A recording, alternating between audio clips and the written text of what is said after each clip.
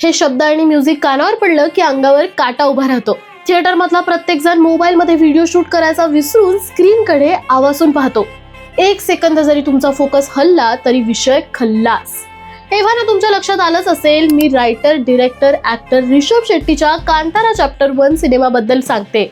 Box ऑफिसवर छप्परफाड कमाई करत कांताराने हिस्ट्री क्रिएट केली आहे. वाघांच्या फाईटला मात करेल अशी ऍक्शन, तगडा VFX, अंगावर शहारा आणणारा म्युझिक आणि बॉलिवूड हॉलिवूडला तोंडात बोट घालायला लावेल अशी स्टोरी.